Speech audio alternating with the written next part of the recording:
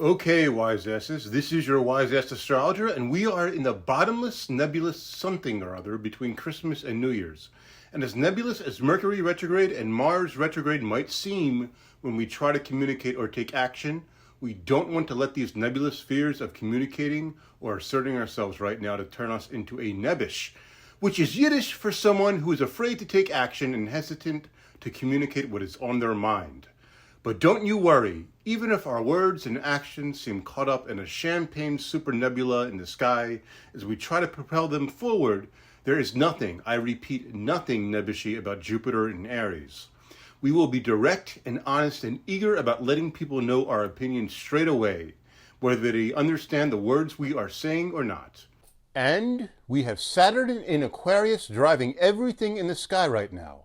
So yeah, Mercury and Mars are retrograde, but in my opinion that is secondary to Saturn driving everything in the sky, as Saturn is currently the final dispositor for all of the other planets. So, because Saturn is driving everything in the sky, I'm going to lay out the structured chain of command that all of the planets are working within first, and then I'll talk about what it all means, what all your fears mean, what all your fears of discipline for not following the rules mean, and how the combination of those fears have made your brain kinky and impulsive and wanting to explore things with Jupiter now in Aries and direct.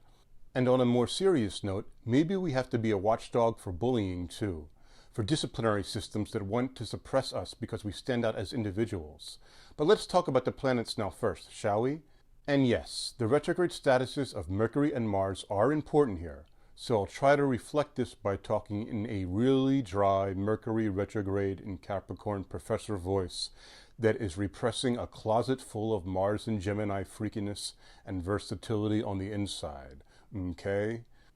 Saturn is the final dispositor for everything in the sky right now. Saturn in Aquarius is ruling Mercury in Capricorn, which in turn is ruling Mars in Gemini, which in turn is ruling Jupiter in Aries, which in turn is ruling Neptune in Pisces.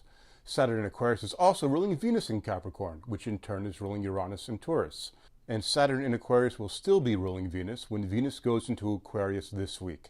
And Saturn is ruling Pluto in Capricorn too, and all the signs the moon goes through, except for Cancer, will all be traced back to Saturn in Aquarius.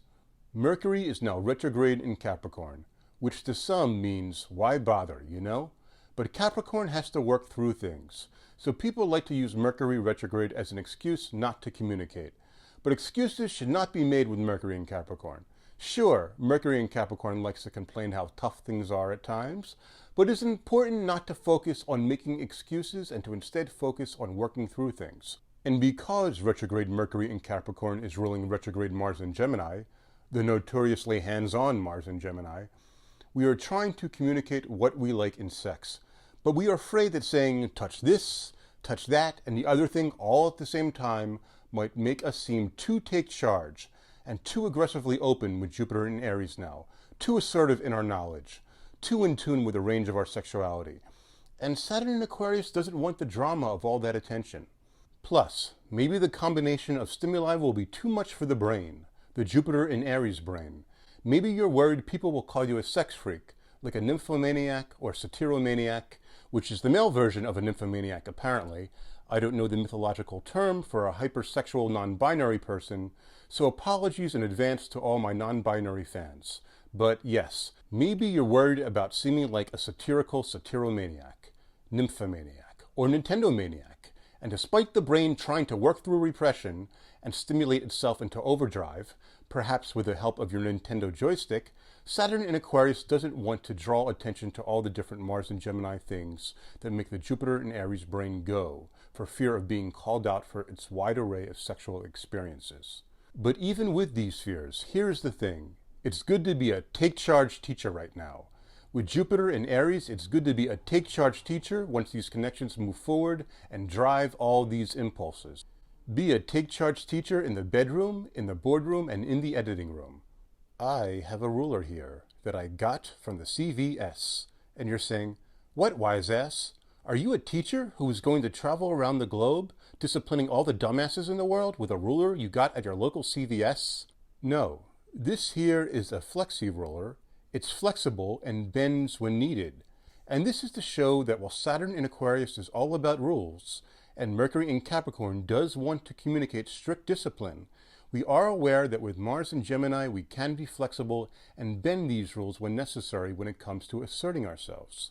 Mars in Gemini asserts itself strongly with the hands and arms in a way that is very adaptable. And right now we have to update the way we assert ourselves so it fits with a code of discipline or adheres to a system of rules that are practical for where we are right now in life.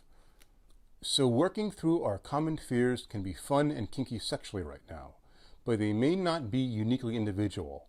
Our fears now are fears of the collective. That is what Saturn in Aquarius is all about. So if you have a fear or fetish that is individual to you, that is not what Saturn in Aquarius is all about. If you're a fucking star, and that's why you are disciplined, that's Saturn in Leo. That's saying, hey, I'm me, and I'll entertain people with all the problems I've overcome, you know? Things that I view as a personal experience.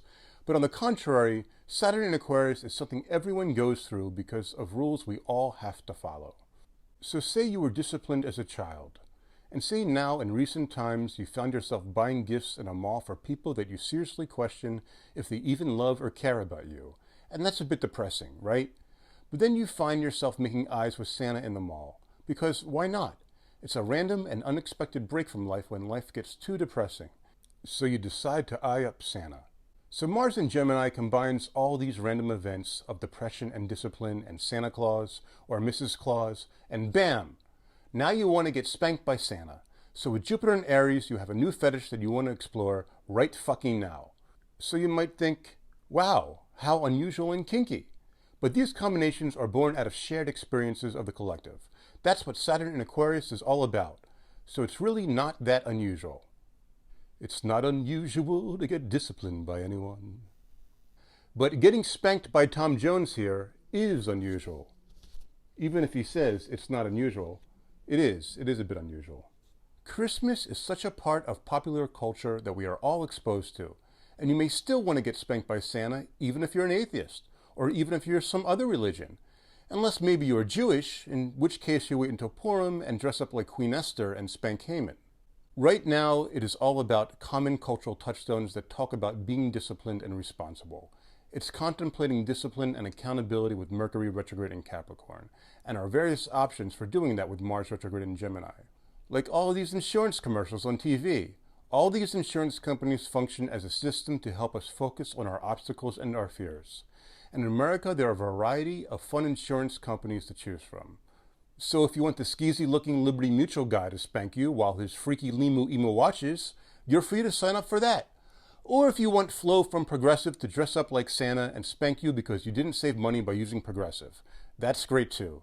Or if you want the Mayhem guy from Allstate to spank you because you like mayhem and need to be brought down to earth, fantastic.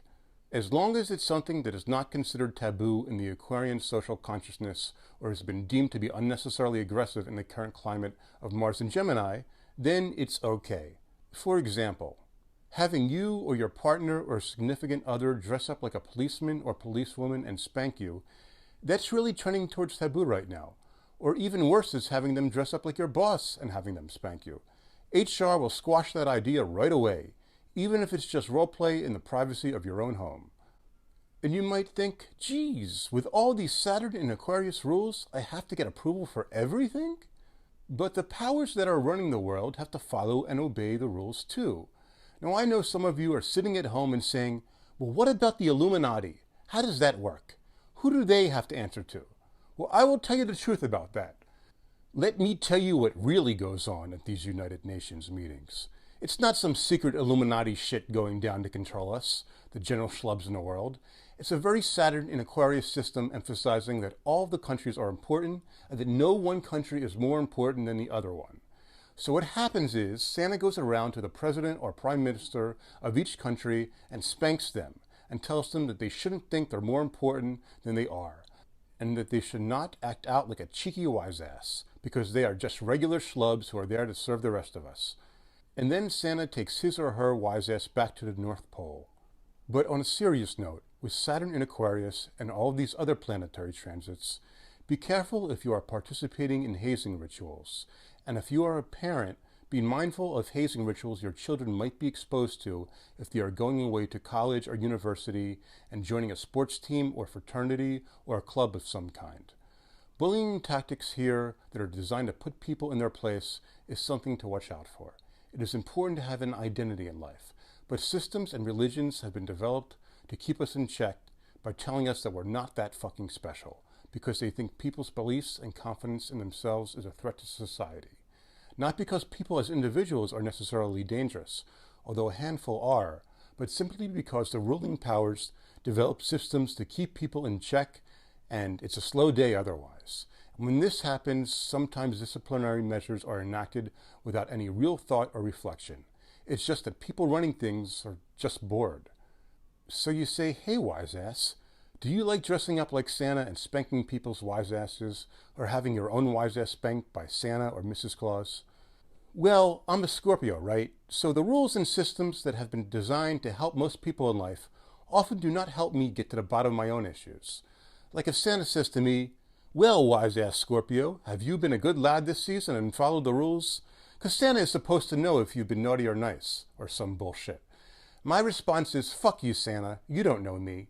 If Santa or Mrs. Claus ask if I'm good or bad, and you just fucking know they want me to say I'm bad, because I'm a Scorpio, and they're all out to get the Scorpio, because they think Scorpio is the worst. Saturn in Aquarius right now thinks that the Scorpio is a loner and not a team player. And with those active Mars and Gemini hands now, Santa has his hands drawn back, waiting to spank the Scorpio. And Santa is going to relish this too. Santa's eyes are lighting up now and getting real big with Jupiter and Aries, because Aries rules the eyes, nose, and ears. And with Jupiter and Aries, Rudolph's nose is getting redder by the minute. There's no hiding it. Rudolph is a kinky fucking voyeur with repressed anger issues from getting picked on all those years, and he likes his drink. So horny old Rudy the reindeer is all liquored up, and his nose is really red and turned on all the way. But then I asked Santa a deep Scorpio question, like, what is the meaning of life, and why am I here? And can Santa answer that? Fuck no. He's too superficial for that. So he has to take his hands that are ready to spank and throw them up in the air and shrug his shoulders. And that, my wise-ass friends, is what Mars in Gemini retrograde is all about. And that is what Mercury in Capricorn retrograde is all about. You may want to smack down on things and people that you want to mold into shape and show them that with Saturn in Aquarius now that they have to get with the program in an old-school military way, and that they or their problems are not any better or worse than the rest of us and the rest of our problems, and that they need to be disciplined lest they think they're a star or something. But then your hands retreat and you shrug your shoulders because you realize enacting discipline indiscriminately without any rhyme or reason just because it's trendy, because it's what everyone is doing and you need to do something with your anger or energy, well, it doesn't serve any real purpose and doesn't get positive results. That's what the retrograde planets right now are teaching us. So no pointless hazing or bullying just because it's part of a culture. The only part of a culture we do have to acknowledge right now is that we are all uptight closet sex freaks. That's human culture. But I'm not a closet sex freak, the current Mercury in Capricorn voice says. Yeah, you are one too, shut up. You especially are a closet sex freak. And Jupiter in Aries doesn't have time for your bullshit right now. So with Neptune in Pisces, you just have to accept your fantasies. The moon is in Taurus today and will form a conjunction to Uranus tomorrow on Sunday at 4:52 p.m. Eastern Time in the United States. And Venus will still be in Capricorn. So be focused and really chill in a crazy-ass Zen way as you start the new year with determination and resolve. Venus in Capricorn will trine and rule the moon in late Taurus on Monday afternoon in the U.S. So guys and gals, if you have Monday afternoon off, get on your Capricorn knees and give great Taurus oral sex. Venus enters Aquarius at 9:09 p.m. Eastern Time Monday night, and the moon enters Gemini at 9:44 p.m. Eastern Time Monday night. The moon in Gemini will conjunct Mars in Gemini on Tuesday afternoon, and the moon in Gemini will trine Saturn in Aquarius on Wednesday afternoon. Rearrange and adapt structures as needed. And if you are climbing stairs, pace yourself so you can catch your breath. The moon enters Cancer at 9:14 a.m. Eastern Time Thursday morning, and the full moon will occur at 6:07 p.m. Eastern Time on Friday night. I think this will be good, as it will help replenish our sensitivity, especially as the moon forms a trine to Neptune in Pisces on late Friday night, because there hasn't been much sensitivity in the sky these past couple of weeks.